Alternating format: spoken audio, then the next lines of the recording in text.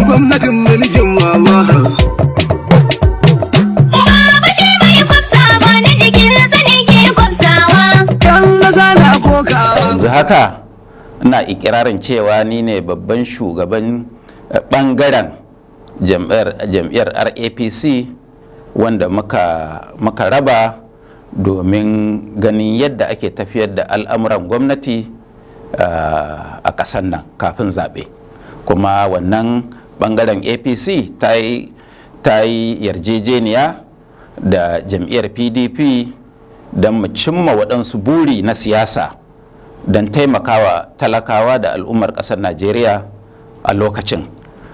Na yi imani ko da yake hukumar zaɓe ba ta yi shelar cewa ɗan takararmu ya ci zaɓe ba kuma kotu ta yarda da ita, amma ni har yanzu a cikin zuciya ta Buba Galadima na yi imani cewa jam'iyyar PDP ce ta ci wannan zaɓe, aka yi mata ƙwace domin an yi amfani da hanyoyin da bai kamata ba, har da security aka kwace wannan zaɓe. Mu muke tafiyarwa ba tun ta farkon farawa. Kara da kiyashi na ɗauka. Mun yi APP tare kan matakin sauyawa.